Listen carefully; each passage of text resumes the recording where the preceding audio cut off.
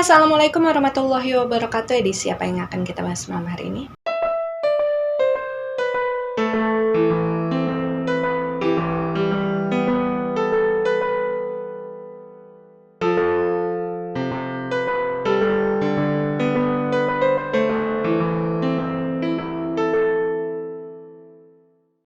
Malam hari ini akhirnya kita akan masuk lagi ke dalam edisi Dongeng Malam, di mana cerita yang akan sama-sama kita dengarkan pada malam hari ini adalah kisah dari sesosok entitas bernama Pak Yadi. Dan disclaimer dulu untuk kalian yang mungkin baru pertama kali menonton channel YouTube ini, bahwasanya edisi Dongeng Malam adalah edisi di mana kita sama-sama akan mendengarkan bagaimana kisah kehidupan dari sesosok entitas yang dulunya pernah hidup. Mengenai kalian akan percaya atau tidak dengan cerita tersebut, itu sudah menjadi hak kalian sebagai penonton setia. Yang terpenting adalah bagaimana caranya kita bisa saling menebarkan energi yang positif dan juga bisa saling menghargai satu sama lain. Jadi Yadi ini adalah sesosok entitas yang berasal dari lain kehidupan sekitar tahun 50-an. Dan sebelum kita masuk jauh ke dalam bagaimana kisah kehidupannya si Yadi sampai kemudian beliau meninggal dunia, kita akan sama-sama dulu mendengarkan bagaimana cerita dari masa kecilnya si Yadi dulu ya. Jadi memang semenjak kecil menurut Yadi, dia ini berasal dari sebuah keluarga yang memang sudah broken home. Jadi semenjak dia kecil, dia tuh nggak pernah merasakan gimana sih disayang sama bapak atau sama ibu. Kalau bahasanya si Yadi sih gini, meskipun mereka pada saat itu masih menjadi satu keluarga yang utuh gitu ya, bapak dan ibunya tidak berpisah sama sekali, tapi Yadi ini tidak pernah merasakan hidup dalam suatu keluarga yang bisa dibilang utuh. Karena menurut Yadi ya, ketika dia masih kecil, dia masih tinggal bersama bapak dan ibunya. Bapak dan ibunya ini seperti memiliki kehidupannya masing-masing. Jadi bapaknya itu memang tukang kawin cerai gitu, begitu juga dengan ibunya. Jadi mereka berdua ini sama-sama toksik dalam hubungan rumah tangga tersebut. Dan bisa dibilang yang kemudian menjadi korban ini adalah si Yadi ya. Dia menjadi tidak percaya diri dengan diri dia sendiri, terlebih lagi dengan kekurangan yang pada saat itu memang dimiliki oleh Yadi. Jadi si Yadi ini memang sejak kecil, semenjak dia dilahirkan, dia ini memiliki kekurangan secara fisik, yaitu pada bagian tulang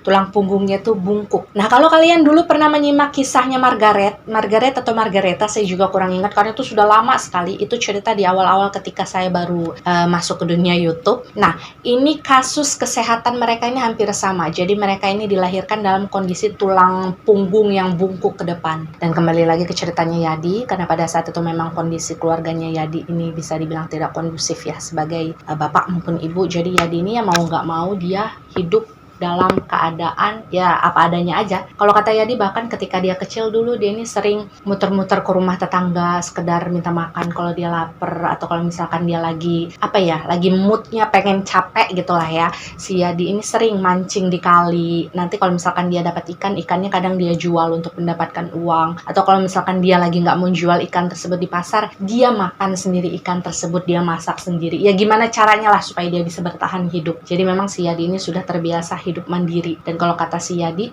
dia sudah terbiasa hidup terbuang sejak dia kecil. Bahkan saking jauhnya hubungan hati nih antara si Yadi dan juga kedua orang tuanya dalam komunikasi kami, Yadi ini bilang gini, saya sampai tidak terlalu ingat bagaimana wajah dari bapak dan ibu saya. Waktu itu mereka jarang kasih saya makan, jadi ya untuk apalah saya ingat wajah mereka dengan jelas. Kita skip bagaimana masa kecilnya si Yadi pada saat itu. Sekarang kita masuk ke bagaimana masa remajanya si Yadi ini ya. Jadi pada saat itu sekitar umur belasan tahun, sekitar 15 tahunan lah, Yadi ini bilang ada satu orang tetangga itu memberikan dia seperangkat alat gendang gitu ya, yang pada saat itu memang sudah tidak terpakai oleh orang tersebut dan diberikanlah kepada si Yadi. Karena orang itu tahu nih kalau si Yadi suka main musik. Dan sebagai informasi saja ya, pada saat itu ketika si Yadi ini kecil, kemudian dia beranjak dewasa, dia ini tinggal di sebuah daerah yang memang sangat kental unsur seni, baik itu unsur seni musik dan juga seni tarinya. Jadi kayak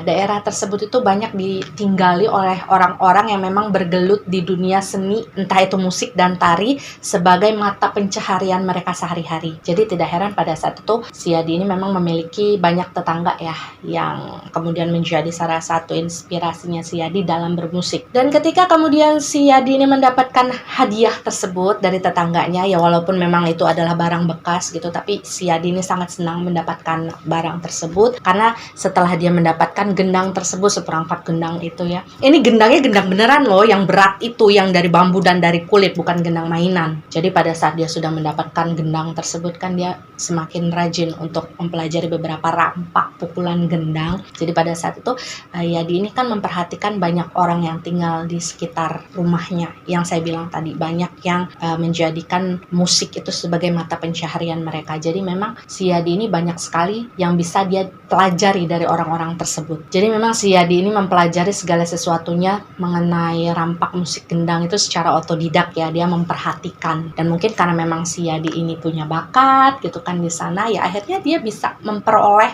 kemampuan yang baik dalam bermusik, utamanya adalah gendang. Tapi saat itu karena mungkin usia dia juga baru belasan tahun gitu kan ya, dia juga nggak terlalu memikirkan hal-hal yang berat dalam kehidupannya. Ketika dia belajar musik, dia bisa kemudian bermain musik, dia hanya memanfaatkan kemampuannya tersebut untuk ya senang-senang aja sama teman-temannya di rumah. Misalkan kalau mereka lagi ngumpul, kemudian si Yadi ini ngambillah peralatan gendangnya, dia mainkan di depan teman-temannya gitu supaya rame-ramean aja. Jadi dia belum memanfaatkan kemampuan tersebut untuk sesuatu yang bersifat materi, tidak dia pergunakan untuk bekerja gitu ya. Dan kebiasaannya di ini memukul gendang, bermain gendang untuk ya ngerame-ngeramein suasana sekitar aja, itu berlangsung sekitar Yadi ini umur 18 tahunan. Ketika si Yadi kemudian beranjak usia 19 tahun, Yadi ini mulai merasa bahwasanya kayaknya saya sudah cukup dewasa deh kalau misalkan saya pengen hidup berpisah dari orang tua. Jadi waktu itu si Yadi ini berpamitanlah kepada orang tuanya, "Pak, Bu, saya mau izin, mau pergi dari rumah, saya ingin melanjutkan kehidupan saya sendiri." Meskipun pada saat itu kalau kata Yadi, dia sempat berbohong kepada orang tuanya. Berbohongnya gini, dia ngomongnya kepada orang tuanya, "Pak, Bu, saya mau pergi karena saya ada kerjaan, saya dapat kerjaan di kota." Padahal waktu itu sebenarnya kalau kata Yadi, di dalam hati kecil dia, salah satu yang menjadi alasan kenapa pada akhirnya dia memutuskan untuk pergi dari tempat tersebut adalah karena dia sudah muak dengan kehidupan keluarganya yang kayak nggak saling peduli satu sama lain. Dan waktu itu Yadi yakin bahwasanya saya punya kemampuan kok, insya Allah saya bisa maju di luar sana dengan kemampuan saya sendiri. Dan yang paling Yadi ingat ketika dia mengajukan izin tersebut kepada orang tuanya ya, orang tuanya nih mengizinkan sudah pasti, tapi dengan menunjukkan ekspresi yang seolah-olah kayak nggak ada sedih-sedihnya sama sekali gitu. Jadi kayak oh yaudah pergi aja. Jadi kayak senang, justru kayak senang ketika anaknya memutuskan untuk pergi dan merasa bahwasanya anaknya nggak akan jadi beban hidup dia lagi. Dan yang perlu kalian ingat ketika si Yadi ini kemudian pergi merantau berkelana gitu ya, dan kehidupannya sendiri, dia nih statusnya belum memiliki pekerjaan apapun ya. Yadi ini memutuskan untuk pergi kan dari lingkungan lamanya, dia ini kemudian pindah ke sebuah daerah yang secara geografis memang jauh lebih luas, lebih besar lah dari kota tempat di mana dia tinggal sebelumnya. Tapi di kota tersebut sama-sama memiliki kesamaan dengan tempat di mana si Yadi dulu tinggal, yaitu sebagian besar dari masyarakat yang tinggal di sana itu mata pencahariannya memang berhubungan dengan dunia seni, entah itu musik ataupun tari. Jadi gini ya kalau mau digambarkan, di tempat tersebut banyak sekali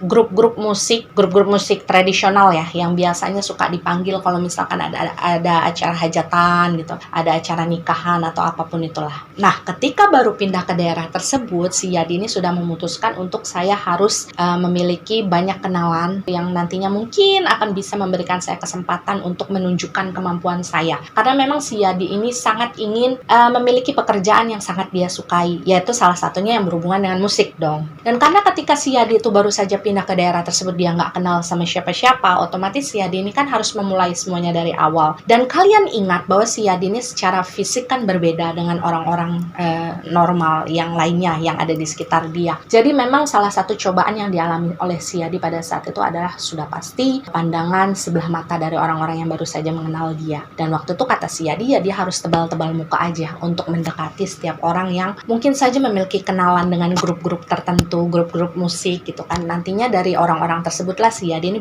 berpikiran, ya dari sana nanti saya bisa dapat kerja. Jadi saya ya udahlah buang aja lah yang namanya malu-malu, karena saya benar-benar mau menggeluti dunia ini secara serius. Dan waktu itu kata si Yadi ya, perjuangan dia untuk mendekati orang-orang yang memiliki channel di grup-grup yang waktu itu mungkin sudah penting di daerah tersebut ya, itu gak gampang dan berjalannya itu tahunan. Dan awalnya si Yadi ini kayak orang SKSD gitu loh. Jadi bayangannya gini ya, Yadi yang gak kenal siapa-siapa ketika dia melihat ada satu grup musik yang sedang tampil nih di hajatan seseorang ya. Yadi ini cuma bermodalkan rasa percaya diri yang dia paksakan pada saat itu. Dia coba ngajak ngobrol orang-orang yang ada di sana gitu kan, menanyakan segala sesuatu, maksudnya kayak menawarkan jasa dia, Pak atau Mbak, kira-kira di grup ini masih butuh lowongan kerjaan nggak ya, saya disuruh bantu ngangkat-ngangkat juga nggak apa-apa lah gitu. Jadi memang dari awal si Yadi ini nggak langsung menargetkan dirinya harus menjadi pemusik utama dari grup tersebut, enggak, tapi si Yadi ini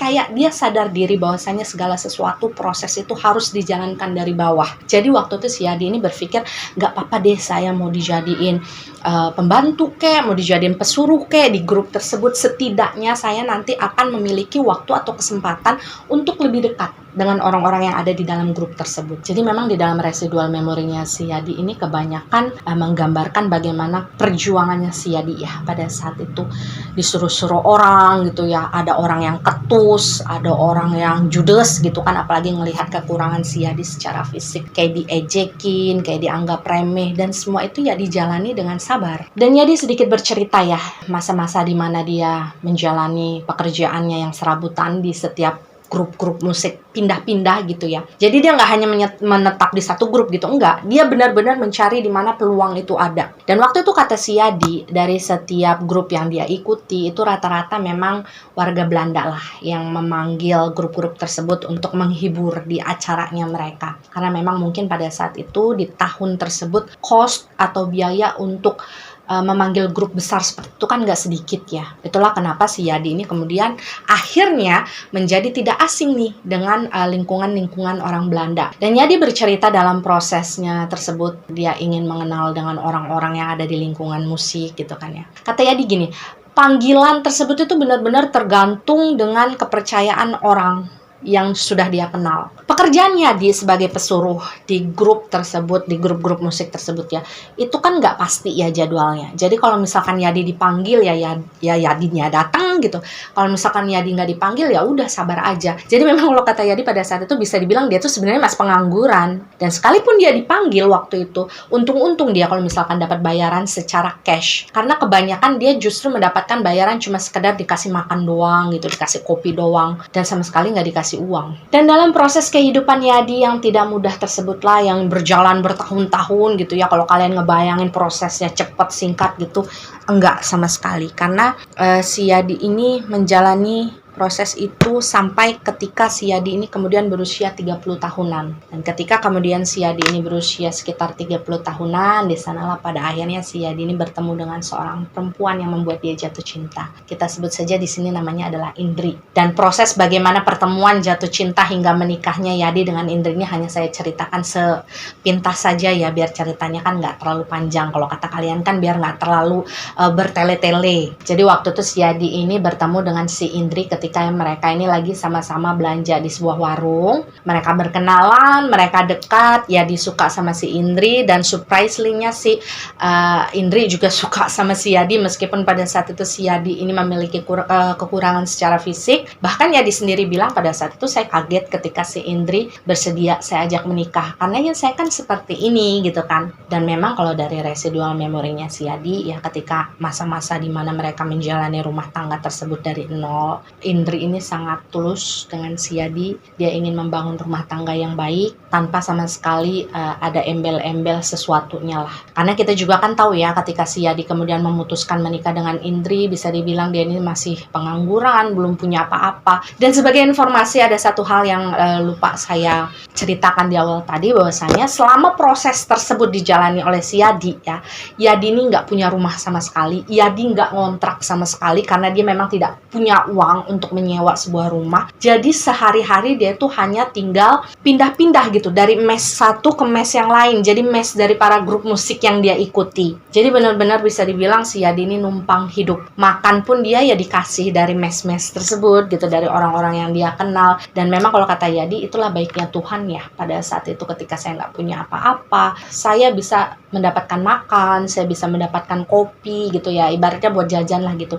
Itu ada aja jalannya. Nah barulah ketika si Yadi ini menikah dengan si Indri pada saat itu ya, Yadi juga tidak memungkiri bahwasanya banyak sekali yang Indri bantu dalam kehidupan rumah tangga mereka. Waktu itu si Indri ini menggunakan uang beliau untuk menyewa sebuah rumah tempat mereka ngontrak gitu ya. Bahkan untuk membantu kehidupan mereka sehari-hari, karena Yadi kan juga jarang dapat pekerjaan kan, kalau di calling aja dia akan datang gitu baru akan dapat bayaran, itu juga kalau dapat bayarannya cash. Jadi pada saat itu untuk membantu kondisi suaminya, si Indri ini menghabiskan waktunya untuk berjualan. Jadi kalau yang saya lihat dari residual memorinya si Yadi, karena si Yadi ini sempatlah beberapa kali membantu istrinya ini untuk membungkus makanan tersebut. Jadi makanannya itu terbuat dari singkong. Jadi singkong yang direbus gitu ya sampai dia empuk, kemudian diiris kecil-kecil, irisnya tuh kayak kotak-kotak gitu. Dan ketika masih panas-panas itu ditaburi sama gula pasir, kemudian di atasnya lagi ditaburin sama kelapa parut. Nah baru setelah ditaburin gitu ya, itu dibungkus, ditutup gitu loh pakai daun pisang. Dan setelah dibungkus dengan daun pisang tersebutlah baru makanan tersebut dijual oleh Indri keliling daerah tersebut. Dan ketulusan dari istrinya tersebut sebenarnya sangat dirasakan oleh si Yadi. Bahkan dalam komunikasi kami dengan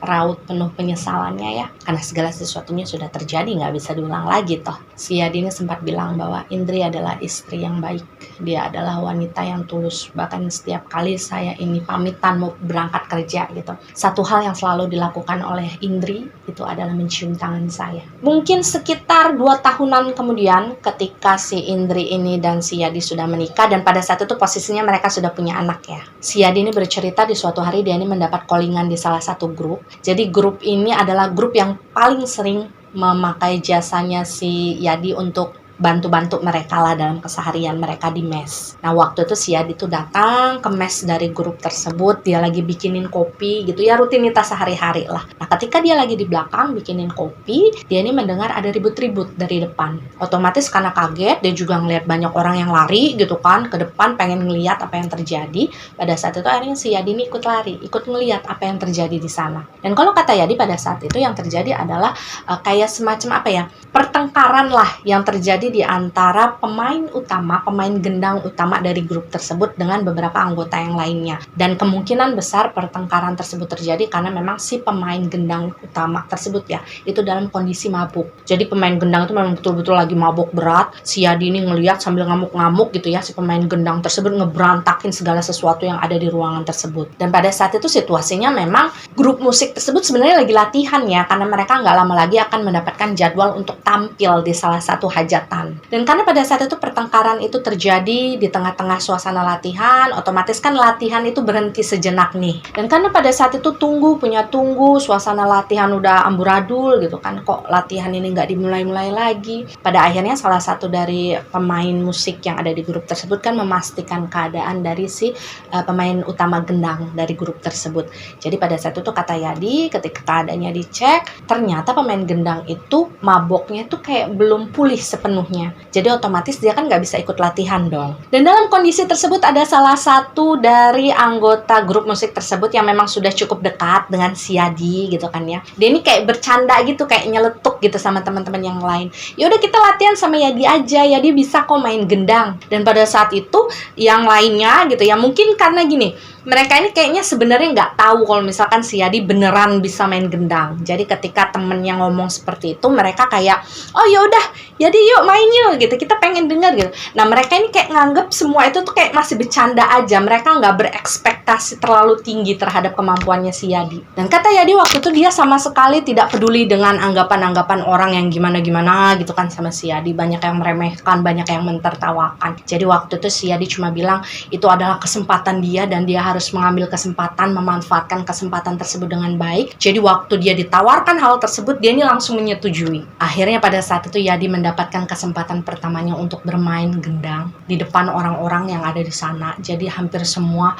dari anggota grup musik tersebut nonton. Jadi waktu itu si Yadi bilang itu untuk pertama kalinya dia tuh ngerasa nervous lagi di dalam dirinya. Dan pada saat itu memang terlihat dari residual memorinya si Yadi ya. Banyak orang yang waktu itu menonton dia lagi main gendang nih, itu kelihatan kaget dengan kemampuannya Yadi. Jadi pada saat itu mereka tuh kayak, oh iya si Yadi beneran bisa main gendang, bagus ya main gendangnya. Dan disitulah kemudian kalau kata Yadi, akhirnya dia mendapatkan respect dari orang-orang yang ada di grup musik tersebut. Jadi dia nggak hanya sekedar dipandang sebagai seorang pesuruh, orang yang ngebantu-bantuin di sana, bebersih di sana gitu kan. Tapi orang-orang ini sudah mulai memandang Yadi sebagai seseorang yang memang memiliki bakat dan kemampuan yang cukup baik dalam bermain gendang. Dan kata Yadi ya, inilah guys, ketika Tuhan itu sudah menggariskan sesuatu untuk hambanya ya, semuanya itu mungkin kelihatan gampang dan kelihatan ajaib. Itulah yang kemudian terjadi pada diri Yadi. Gak ada angin, gak ada hujan, sekitar beberapa bulan kemudian dari kejadian tersebut, kata Yadi, waktu itu dia lagi bebersih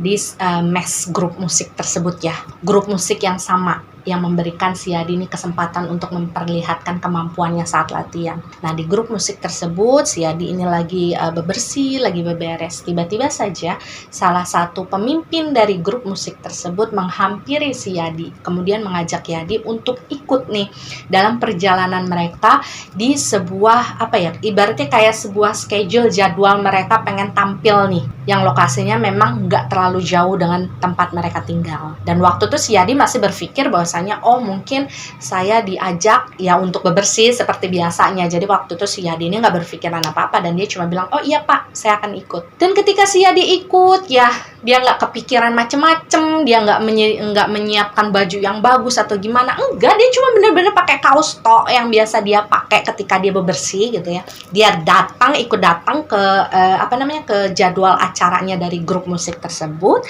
Ketika dia lagi ada di belakang panggung, ajaibnya pemimpin dari grup musik tersebut kemudian memanggil si Yadi. Dia bilang gini, Yadi kamu mainnya satu sesi, main gendang. Jadi pada saat itu si Yadi kaget dong, kok bisa? Bagaimana ceritanya gitu? Kok saya bisa diberikan kesempatan sebesar itu? Dan sampai saat ini Yadi ini bilang dia nggak pernah tahu dari mana pemimpin grup musik tersebut tahu kalau misalkan si Yadi ini bisa bermain gendang. Karena ketika dia memperlihatkan kemampuannya di sesi latihan waktu dulu tuh beberapa bulan yang lalu, itu pemimpinnya nggak nonton. Dan tentu saja kesempatan tersebut sama sekali tidak disia-siakan oleh si Yadi. Jadi waktu itu walaupun dia memakai kayak kaos oblong doang yang udah agak kotor gitu kan, ya dia maju, dia tampil di pentas tersebut di atas panggung, mengiringi waktu itu adalah salah satu tarian khas dari daerah tertentu. Dan memang yang spesialnya dari si Yadi ini, kalau yang saya lihat ya dari residual memorinya, cara mainnya dia ini rame gitu loh, maksudnya kayak dia ini komunikatif, jadi kayak pokoknya enak lah gitu. Kalau misalkan rampaknya tuh enak, pukulannya tuh enak. Jadi suasana itu kayak hidup ketika dia bermain. Dan mungkin itu yang menjadi nilai plusnya si Yadi yang kemudian disukai oleh orang-orang yang ada di sana. Dan karena momentum tersebut, momentum yang dimanfaatkan dengan sangat baik oleh si Yadi ya, Yadi ini mulai berhenti menjadi pesuruh di grup musik tersebut. Karena ya sejak saat itu si Yadi ini sudah bisa dibilang dia menjadi cadangan utama dari pemain gendang grup tersebut ya. Jadi misalkan kalau pemain gendang utama dari grup tersebut berhalangan hadir nih misalkan ya, itu si Yadi yang akan menggantikan. Dan karena hal tersebutlah pada akhirnya si Yadi ini untuk pertama kalinya merasakan mendapatkan bayaran yang cukup lumayan. Dan Yadi ingat benar ketika dia baru saja mendapatkan bayaran pertamanya waktu itu, dia memberikan uang tersebut kepada Indri, kemudian dia bilang, kira-kira ini uang digimanain ya? Maksudnya biar nggak berhenti di sini aja. Dan waktu itu si Indri bilang, Pak boleh nggak kalau misalkan ibu beli ayam? Jadi si Indri ini kepengen beli ayam jantan dan ayam betina yang nantinya dikawinkan.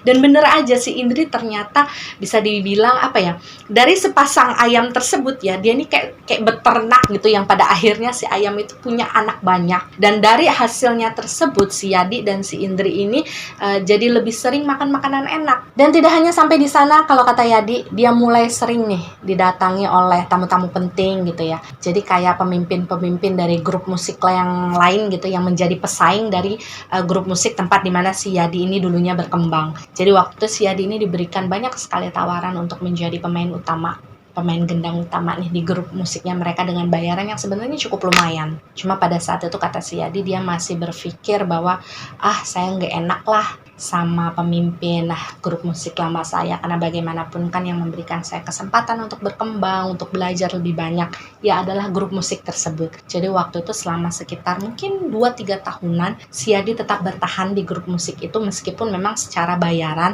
itu jauh lebih rendah dari misalkan tawaran-tawaran yang ada di luar sana. Hingga kemudian waktu berlalu ya seperti yang kita bahas tadi, sekitar 2 dan 3 tahun berlalu ya dibilang pada saat itu dia mulai memikirkan bagaimana perkembangan karirnya. Karena kalau menurut Yadi pada saat itu dia ini tidak mendapatkan kesempatan untuk menjadi pemain gendang utama di grup musik lamanya. Dan waktu itu entah mungkin karena gengsinya si Yadi atau mungkin karena bisa dibilang gini, dia merasa secara popularitas dia sudah jauh lebih tinggi dibandingkan dengan pemain gendang utama di grup musik tersebut. Tapi kenapa kok saya nggak diangkat-angkat nih menjadi pemain utama? Dan hal tersebutlah yang kemudian membuat si Yadi ini memutuskan untuk saya akan berhenti dari grup musik lama saya. Tapi dia berhenti secara baik-baik ya. Dia sudah pamit gitu ya sama pemimpin grup musik tersebut dan menjelaskan bahwasanya saya pamit ini bukan karena ingin yang macam-macam gitu, enggak. Tapi saya ingin belajar lebih dan saya ingin mengembangkan karir saya di luar sana. Dan pada akhirnya si Yadi ini menerima salah satu tawaran untuk menjadi pemain gendang utama dalam grup tersebut. Jadi grup tersebut itu bisa dibilang salah satu pesaing besarnya dari grup lamanya si Yadi. Dan karena hal tersebutlah sempat terjadi ya bisa dibilang kayak sindiran-sindiran lah ya dari orang yang ada di sekitarnya si Yadi yang mengatakan bahwasanya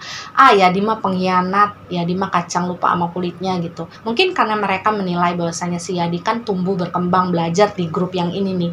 Ketika dia kemudian sudah terkenal, dia sudah hebat, tiba-tiba dia pindah ke grup pesaingnya. Dan untuk menanggapi hal tersebut Yadi cuma bilang gini, ya itulah manusia, itulah kehidupan, bahwasanya kita nggak akan pernah bisa memaksa semua orang suka sama kita atau memahami posisi kita. Dan di dalam grup musik tersebutlah pada akhirnya si Yadi ini bisa dibilang menemukan masa kemasannya. Jadi dia betul-betul meraih sukses yang luar biasa di grup tersebut. Kalau kata Yadi ya, selama ini kan kekurangannya secara fisik itu membuat kepercayaan dirinya si Yadi ini sebenarnya drop ya, karena dia selalu diejek orang, selalu dipandang sebelah mata sama orang. Tapi ketika kemudian dia meraih popularitas dalam permainan gendangnya, justru keadaan fisiknya itu yang dijadikan sebagai ciri khas. Jadi dia ini punya panggilan panggung yang disebut sebagai Yadi Bongkok. Dan tidak hanya karirnya si Yadi saja yang melesat pada saat itu, tapi juga grup musik tempat di mana si Yadi ini bekerja itu juga mengalami masa kejayaan yang luar biasa. Tapi memang yang sedihnya adalah ketika grup musik di mana si Yadi bekerja pada saat itu mengalami masa kejayaan, justru grup musik tempat di mana sebelumnya si Yadi ini belajar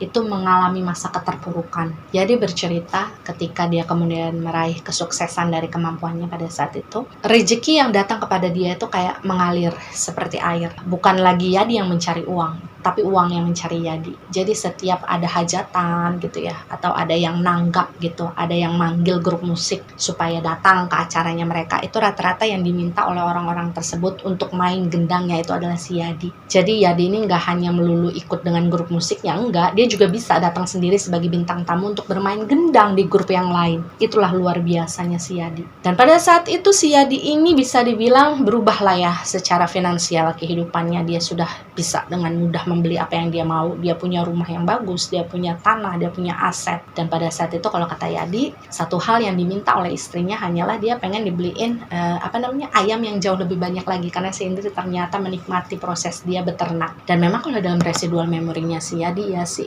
Indri ini sama sekali nggak berubah. Maksudnya kayak dia masih sederhana, dia sangat sederhana baik secara penampilan, dari cara kehidupan dia sehari-hari. Dan itu yang terlihat agak berbeda dengan suaminya yaitu si Yadi. Jadi si Yadi ini kalau yang saya lihat dari residual memori dia selama dia menjalani kehidupan, ketika dia sudah mulai naik nih ya, taraf hidupnya sudah naik, si Yadi ini kayak mulai bisa dibilang dandanannya udah mulai perlente gitu. Dia udah mulai senang pakai baju-baju yang bagus, segala sesuatunya tuh selalu dia kait-kaitkan dengan gengsi gitu ya, dengan ya nggak boleh gitu dong, saya kan sekarang udah beda, saya kan sekarang udah populer, saya nggak boleh pakai yang biasa-biasa lagi gitu intinya lah. Dan mungkin hal yang paling tidak disadari oleh si Yadi pada saat itu adalah perubahan sikapnya dia ya, yang menjadi lebih flamboyan kepada perempuan-perempuan yang ada di sekitar dia, utamanya yang ikut bekerja dengan dia pada saat itu. Kita kan tahu semua ya, kalau misalkan si Yadi ini bekerja dalam dunia seni, otomatis dia dipertemukan dengan banyak orang, dan kemungkinan pada saat itu dominannya adalah perempuan. Jadi jangan kalian pikir karena misalkan si Yadi ini memiliki kekurangan secara fisik, pada saat itu dia nggak gampang loh ngedapetin perempuan. Enggak sama sekali. Semenjak kehidupannya beranjak naik gitu ya, dia punya segala sesuatu, apa yang dia mau bisa dia beli dengan mudah. Itu dia, gonta ganti perempuan itu kayak dia ganti baju. Jadi emang segampang itu. Dan yang perlu digarisbawahi adalah Yadi tidak pernah menyadari perubahan tersebut terjadi pada dirinya. Iya, dia nggak sadar kalau dia sudah berubah seperti itu ketika Tuhan mengangkat derajatnya. Jadi itulah guys, ini agak menyimpang sedikit dari ceritanya Yadi ya.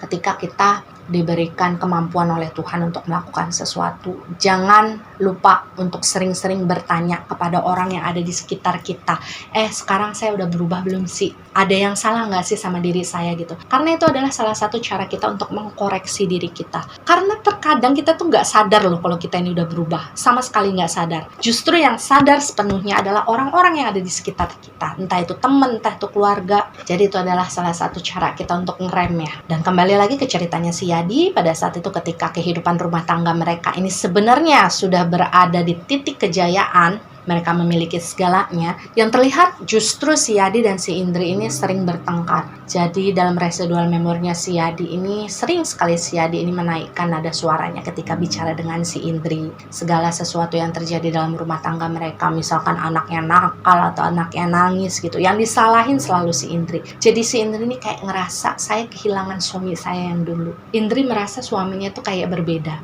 Apalagi ketika kemudian dia mulai sering mendapatkan kabar-kabar burung yang datang dari tetangga-tetangga dia, dari orang-orang yang dia kenal, bahwasanya di luaran sana si Yadi ini mata keranjang gitu ya. Bahkan ada beberapa tetangga yang mengetahui ketika si Yadi ini sudah selesai bekerja gitu ya, Yadi ini sering membawa perempuan-perempuan itu ke hotel atau ke losmen atau apapun lah itu namanya. Jadi kan waktu itu tetangga tersebut pasti nyampein dong ke Indri. Dan setiap kali si Indri mempertanyakan hal tersebut kepada suaminya, si Yadi ini justru marah. Jadi bukannya minta maaf atau gimana sama istrinya gitu ya. Enggak, dia justru marah. Dia justru nyalahin Indri, ya gara-gara kamu saya begini, gara-gara kamu. Dan mungkin sebagai perempuan yang saya rasakan dari sosoknya si Indri, karena saya tidak bertemu secara energi ya dengan sosok Indri, saya hanya bisa melihat ekspresi beliau, merasakan energinya beliau melalui residual memorinya si Yadi pada saat itu. Dan dari sanalah kemungkinan besar yang saya rasakan dari dirinya si Indri, yang menjadi kekecewaan terbesar dari Indri kepada si Yadi adalah pengorbanan dia selama ini yang menemani si Yadi dari titik nol sampai kemudian dia melesat gitu kan ya. Itu kayak sia-sia. Mungkin kalau misalkan kayak sekedar jarang pulang atau suka mabok gitu kan, si Indri masih bisa memaafkan. Tapi kalau misalkan sudah berhubungan dengan pengkhianatan, si Yadi juga sudah tidak bisa jujur lagi dengan dia sebagai seorang istri, itulah yang tidak bisa dimaafkan oleh si Indri. Dan parahnya adalah ketika mereka berdua ini bertengkar, si Yadi ini akan pergi nih dari rumah. Nggak ngomong, nggak apa, dia pergi aja. Tanpa sama sekali meninggalkan nafkah untuk si Indri dan anak-anaknya di rumah. Jadi walaupun si Yadi pada saat itu situasi keuangannya bisa dikatakan naik ya nggak dirasain sama anak-anak dan istrinya. Hingga puncaknya ketika kemudian si Yadi ini ada satu momen di mana dia akhirnya jujur kepada Indri bahwasanya dia sudah menikah siri dengan seorang perempuan yang pada saat itu bekerja menjadi salah seorang penari di grup musik tempat di mana si Yadi bekerja. Dan itulah titik di mana si Indri akhirnya udah nggak tahan lagi. Dia memutuskan untuk berpisah dengan si Yadi, dia minta cerai kan, dan akhirnya dia pergi dari rumah bersama anak-anaknya. Jadi waktu itu Yadi dan Indri ini memiliki 2 orang anak. Dan Yadi bilang ya, ketika momen tersebut terjadi, Indri meminta Yadi ini kayak dibutakan dengan segala sesuatu yang dimiliki dia pada saat itu. Dia nggak menyadari bahwasanya sebenarnya si Indri ini adalah sebuah berkah dalam kehidupan dia. Mereka menjalani segala sesuatunya dari nol loh. Dan asal kalian tahu, pada saat itu si Yadi ini justru berpikir bahwasanya ya udahlah, kalau si Indri mau pergi mah banyak perempuan-perempuan baik yang bisa ngegantiin dia nantinya. Jadi pada saat itu si Yadi udah cuek aja ketika si Indri dan anak-anaknya itu keluar dari rumah. Dan singkatnya ya, kehidupan Yadi setelah kepergian dari istri dan anak-anaknya itu nggak berubah sama sekali. Jadi dia tetap menjadi sosok pribadi yang arogan, yang sombong, yang membanggakan segala sesuatu yang pada saat itu dia miliki. Jadi si Yadi ini kayak terperangkap dalam sebuah lingkungan yang bisa dibilang menganggap bahwasanya bermain hati dengan banyak perempuan dalam satu waktu sekaligus itu adalah sesuatu yang wajar. Jadi si Yadi ini kayak ngerasa, gue punya semuanya kok, gue bisa bayar semuanya. Jadi pada saat itu kebiasaan si Yadi adalah memang kawin cerai. Asal kalian tahu ya, kata si Yadi gini, dalam setahun itu mungkin dia bisa gonta-ganti istri itu 5-6 kali, itu dalam setahun. Ibaratnya gini, dia baru nikah nih, kemudian berantem gitu ya, udah langsung dicerain aja, ditinggalin, dia cari perempuan yang lain lagi gitu. Jadi selama si Yadi hidup sampai akhir ujung kejayaannya ya, bisa dibilang gak kehitung lah dia tuh kawin cerai berapa kali. Karena mungkin pada saat itu dia nikah sirih aja gitu, jadi kan pisahnya gampang. Dan ini jangan kalian tiru ya, siapapun kalian yang ada di luar sana, utamanya kalian kaum Adam, jangan ditiru, please jangan. Karena kalau kalian tidak bisa menghargai perempuan yang kalian nikahi, itu artinya kalian juga tidak bisa menghargai diri kalian sendiri yang sudah berjanji dan bersumpah ketika ijab kabul untuk menjaga istri kalian dengan baik. Dan kita persingkat lagi ceritanya supaya kisah ini tidak bertele-tele seperti kalian mau kan. Akhirnya tahun-tahun berganti cukup lama, sangat lama bisa dikatakan. Waktu itu mungkin sekitar si Yadi ini umurnya sekitar 50 tahunan lah, tapi belum sampai 60 ya, itu yang saya rasakan. Pada saat itu mungkin saja dalam kehidupannya si Yadi, dia sudah melupakan benar-benar sosok si Indri dan kedua anaknya. Jadi asal kalian tahu, selama mereka berpisah, Yadi sama sekali nggak memiliki kesadaran diri untuk nengokin gimana keadaan anak-anaknya. Jadi pada saat itu Yadi yang berusia sekitar 50 tahunan, itu posisinya dia sedang dalam sebuah rumah tangga dengan seorang perempuan muda ya, yang sama seperti kemarin-kemarinnya lah yang dia nikahi secara siri ya. Mereka hidup di sebuah rumah ya, rumah kejayaannya si Yadi lah bisa dibilang. Nah di suatu hari si Yadi ini lagi jalan ke kamar mandi dan dia terjatuh. Nah posisinya ketika dia terjatuh, dia itu menahan berat badannya itu dengan kedua sikunya. Jadi bisa dikatakan ketika dia menahan berat badannya dengan kedua sikunya, cedera lah kedua tangannya. Tapi yang paling parah pada saat itu adalah tangan kanan. Jadi asal kalian tahu, pada saat itu mungkin saking kerasnya benturan ya, saya sendiri yang ketika melihat residual memorinya tuh ngerasain ngilunya luar biasa. Itu tulang sikunya kayak mengsol gitu loh. Dan karena hal tersebutlah si Yadi ini pada akhirnya dibawalah berobat ke sana ke sini secara medis maupun secara non medis. Pokoknya segala sesuatu tuh dicoba sama si Yadi karena dia kan posisinya pada saat itu banyak uang ya. Tapi dalam proses pengobatan tersebut otomatis si Yadi ini kan kehilangan kemampuannya untuk bekerja seperti biasa untuk bermain gendang. Jadi waktu itu ya adalah beberapa jadwal yang pada akhirnya harus di-cancel, dibatalkan, bahkan posisinya pun akhirnya bisa digantikan oleh orang lain. Dan situasi tersebut pada akhirnya membuat si Yadi ini ngerasa stres, dia ngerasa depresi, karena selama ini dia ngerasa bahwasanya dia ada di puncak dari dari karir tersebut. Dia merasa dia adalah orang yang terbaik saat itu untuk bermain gendang dan tidak ada yang bisa menggantikan. Tapi ketika kemudian dia dihadapkan pada posisi tersebut, kedua tangannya sama sekali tidak bisa lagi melakukan aktivitas sebaik dulu. Jadi jangankan main gendang ya, ibaratnya dia ngambil sesuatu pun itu tangannya gemeteran. Dan setelah segala macam pengobatan yang menghabiskan banyak sekali uang yang dilakukan oleh si Yadi, kondisi kedua tangannya sama sekali tidak membaik. Bahkan Yadi harus mengakui bahwa pada saat itu sedikit demi sedikit harta yang dia miliki mulai habis. Karena ya bisa kalian bayangkan, dia harus berobat ke sana ke sini sementara dia tidak memiliki pemasukan. Dan mungkin karena pada saat itu si Yadi ini mengalami tekanan mental yang luar biasa, akhirnya dia melampiaskanlah semua itu kepada istrinya yang waktu itu serumah kan sama dia. Jadi dia ini berubah menjadi sosok yang bawel, yang cerewet, dikit-dikit marah sama istrinya, dikit-dikit marah gitu. Dan waktu itu karena istrinya mungkin jauh lebih muda dari usianya si Yadi, otomatis dia ngerasa baper dong, tiap hari dimarahin, tiap hari dicerewetin gitu. Akhirnya istrinya tersebut memutuskan untuk pergi dari rumah. Dan perlu diingat pada saat pergi tersebut istrinya mengambil beberapa barang berharganya si Yadi. Dan kata Yadi ketika kemudian dia tahu bahwasanya orang-orang yang ada di sekitar dia justru pergi kan ketika Yadi ini mengalami masa-masa yang sulit dalam kehidupannya, dia sempat merasakan bahwasanya pada saat itu ya udahlah saya pengen mati aja rasanya. Dan karena yang seperti kita ketahui bahwasanya pekerjaan si Yadi ini sudah tidak berjalan sama sekali, benar-benar stuck, berhenti gitu ya. Dia nggak memiliki pemasukan sama sekali. Jadi otomatis kan pelan-pelan tabungannya si Yadi juga habis dong. Apalagi pada saat itu ya, si Yadi ini memiliki gaya hidup yang cukup mahal. Dan Yadi itu nggak mau, ibaratnya dia tuh nggak mau menurunkan standar gaya hidupnya, meskipun pada saat itu kondisi keuangan dia tuh lagi susah. Jadi waktu itu si Yadi ini tetap berusaha untuk mempertahankan beberapa pembantu yang ada di rumahnya, meskipun dia nggak punya bayangan nih, beberapa bulan ke depan saya mau gaji mereka dari mana gitu kan. Dan pada saat itu si Yadi juga cuma mau makan makanan yang dia suka, which is itu adalah kayak daging, kayak daging sapi, kayak daging ayam gitu. Dia benar-benar nggak mau makan selain itu. Dan salah satu kebiasaan Yadi yang paling jelek adalah dia suka salah satu minuman, saya nggak tahu itu masuknya tergolong minuman alkohol apa ya, tapi botolnya tuh bentuknya kotak dan dia pendek. Kalau kata Yadi, dia tahu minuman tersebut ketika dia mengenal salah seorang menir Belanda lah. Dia diperkenalkan dengan minuman tersebut, ternyata menurut si Yadi enak. Dan ternyata harganya juga lumayan mahal. Tapi kan karena dulunya si Yadi ini uangnya banyak, ya nggak kerasa dong beli minuman tersebut.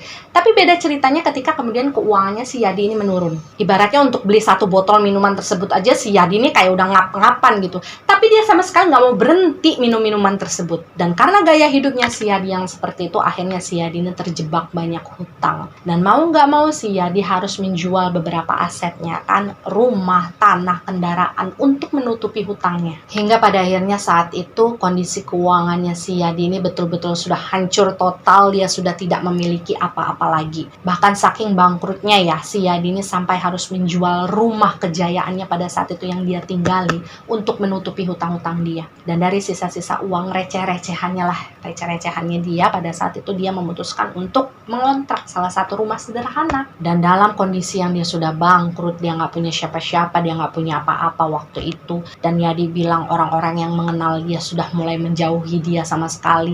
Orang-orang yang tidak mengenal dia sebelumnya sudah kembali memandang dia dengan sebelah mata, dengan kekurangan fisiknya kan. Di sanalah si Yadi ini kayak mulai disadarkan kembali bahwasanya selama ini dia sudah melakukan hal yang buruk dan salah. Jadi si Yadi ini bercerita ya, di saat dia sudah tinggal di rumah kontrakan kecil tersebut, dia sendirian gitu. Di sana dia mulai kepikiran dengan mantan istrinya, yaitu si Indri. Si Indri kira-kira lagi ngapain ya sekarang gitu. Kalau misalkan saya ingin memperbaiki semuanya gitu kan dengan si Indri, kira-kira si Indri mau enggak gitu kan. Kan ada anak-anak nih di antara kita berdua. Ya klise lah, biasa pikiran laki-laki ketika mereka sudah jatuh, ketika mereka sedang sendirian gitu kan ya. Mereka pasti akan langsung teringat dengan orang-orang yang dulu pernah mereka acuhkan. Nah pada saat itu si Yadi ini sudah punya rencana nih, saya mau ngedatangin si Indri lah, saya mau cari Indri kemana dan saya pengen ngajak dia untuk rujuk lagi. Dan hal tersebut betul-betul dilakukan oleh Yadi. Dia nyari Indri kemana, dia nanya ke orang-orang yang kenal sama Indri. Hingga pada akhirnya si Yadi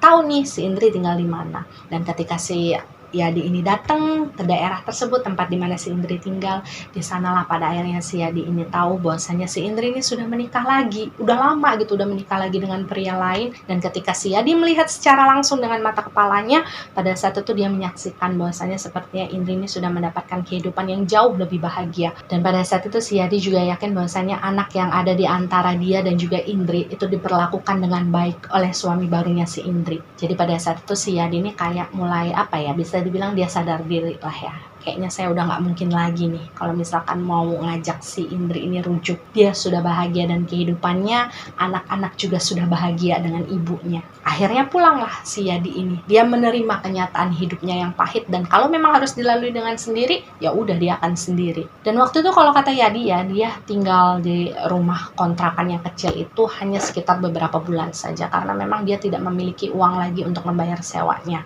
Yadi ini nggak punya pekerjaan apapun. Jadi kalau bisa dibilang Tuhan itu ketika memberikan rezeki kepada si Yadi itu benar-benar diputer kerannya, airnya ngucur dengan deras gitu ya. Dan ketika Tuhan kemudian memutus rezekinya si Yadi, itu benar-benar kayak dipet gitu, kayak diputer, dimatiin. Si Yadi itu nggak bisa ngelakuin hal apapun untuk mencari pekerjaan. Yadi bilang waktu itu dia memutuskan untuk melupakan Indri dan anak-anaknya selamanya gitu kan ya. Yadi bilang begini, waktu itu Tuhan mungkin menakdirkan saya untuk hancur dalam titik terendah. Dan kalau misalkan pun saya harus hancur, saya tidak ingin menggeret anak dan istri saya untuk ikut hancur bersama saya. Yadi kembali menjalani kehidupannya seperti dulu ya. Dia luntang-lantung, dia tinggal di sana-sini gitu, di pinggiran jalan, di emperan toko, pokoknya di mana aja lah ketika dia merasa lelah. Dan waktu itu untuk sekedar mencari uang supaya dia bisa makan gitu ya, dia itu paling sering memulung.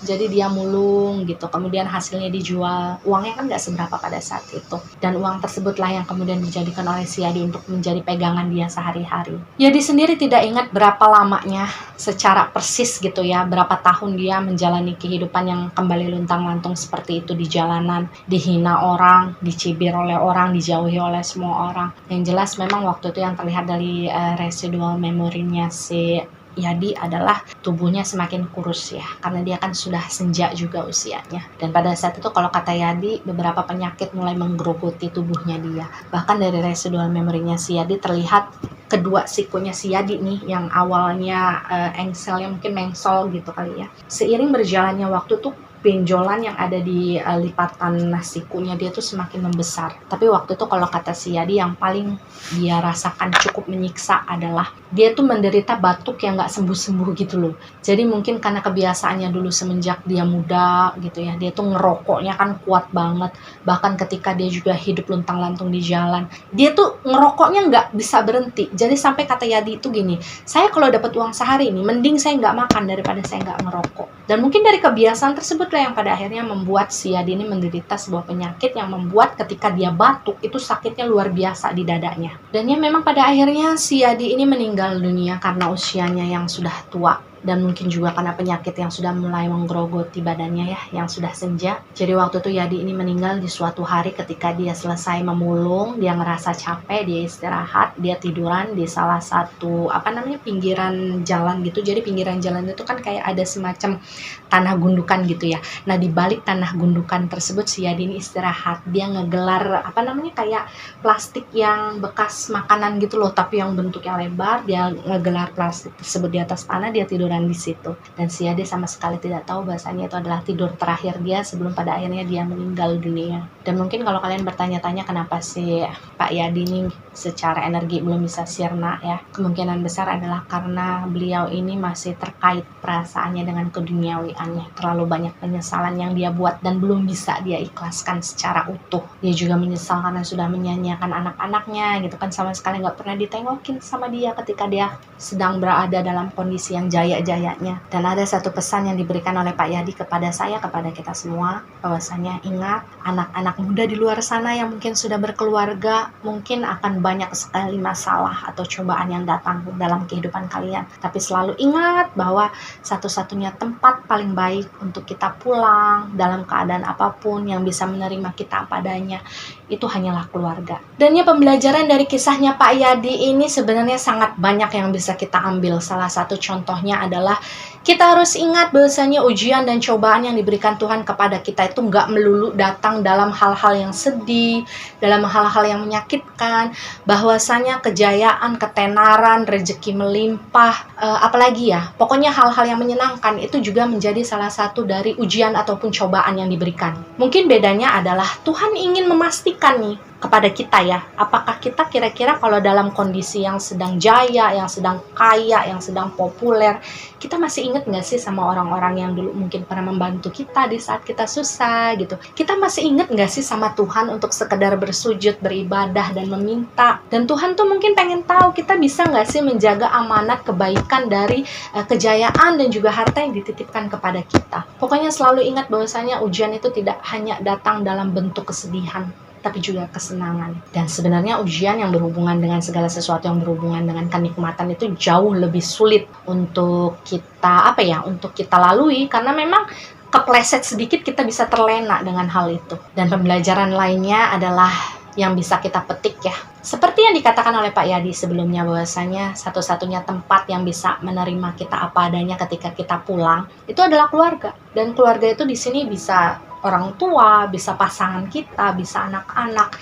Jadi jangan sama sekali guys ninggalin keluarga ketika kamu sedang jaya-jayanya. Karena pada akhirnya ketika kamu jatuh, itu hanya keluarga yang bisa menerima kamu apa adanya. Dan satu hal yang harus selalu kita ingat ya, bahwasanya kita tuh cuma manusia, makhluk yang akan hidup cuma ya beberapa tahun doang kok, setelah itu kita meninggal dunia. Jadi kita jangan takabur, karena nggak ada yang bisa kita sombongin. Ya demikianlah keseluruhan kisah dari sosok entitas bernama Pak Yadi ya. Kita sama-sama doakan agar beliau ini secara energi bisa segera menemukan cahaya, bisa segera sirna dalam damai, dan bisa selesai dengan urusan keduniawiannya.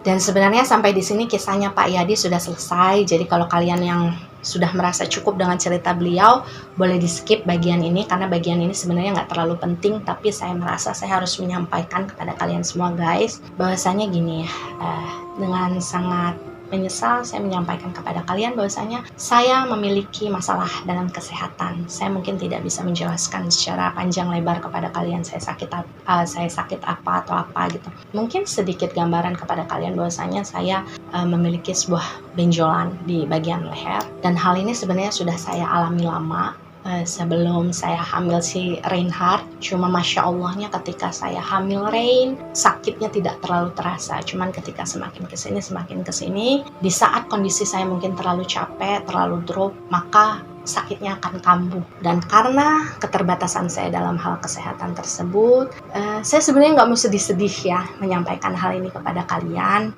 karena saya percaya bahwa segala sesuatu yang sudah ditakdirkan terhadap seseorang gitu, itu adalah hal yang terbaik. Saya hanya ingin bilang kepada kalian kalau misalkan saya jarang aktif di media sosial, entah itu di Instagram, TikTok, YouTube, itu saya jarang balas komen kalian, saya jarang buka DM kalian, itu bukan karena saya merasa so hebat atau saya merasa sombong atau saya males nanggepin kalian, enggak, tapi karena memang saya ingin memanfaatkan waktu sebaik mungkin untuk istirahat dan recovery. Dan ada satu hal lagi yang sangat ingin saya sampaikan kepada kalian, yang mungkin nanti saya memiliki keterbatasan untuk menyampaikan hal ini, bahwasanya saya menitipkan kisah-kisah Lin, Sunya Liris, siapapun itulah, kisah-kisah yang sudah pernah saya ceritakan di postingan-postingan saya ataupun di YouTube kepada kalian semua, follower saya, subscriber saya yang mengenal saya dari dunia maya.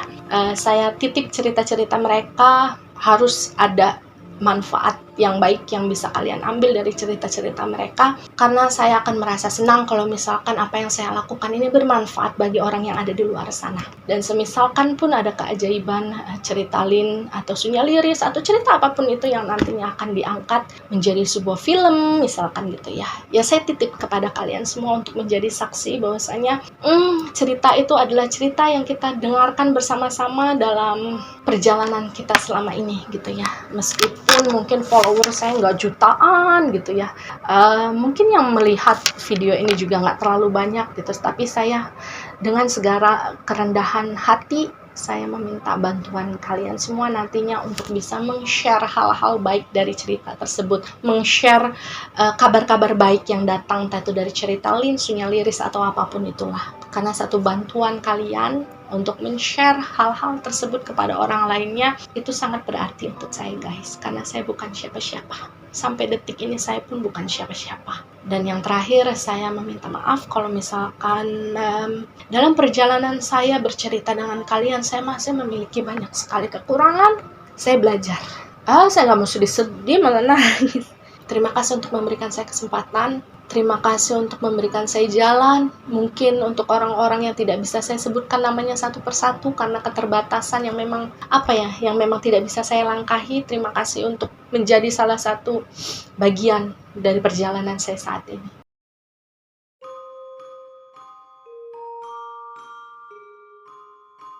Ya, percaya atau tidak itu adalah hak kalian sebagai penonton setia. Jika kalian percaya maka jadikan sebagai pengalaman. Jika kalian tidak percaya dengan cerita ini maka cukup jadikan cerita ini sebagai dongeng malam biasa. Terima kasih yang sudah subscribe, like, jangan lupa like, komen, dan share supaya teman-teman kalian bisa ikut menonton video ini. Sampai jumpa di video berikutnya. Wassalamualaikum warahmatullahi wabarakatuh.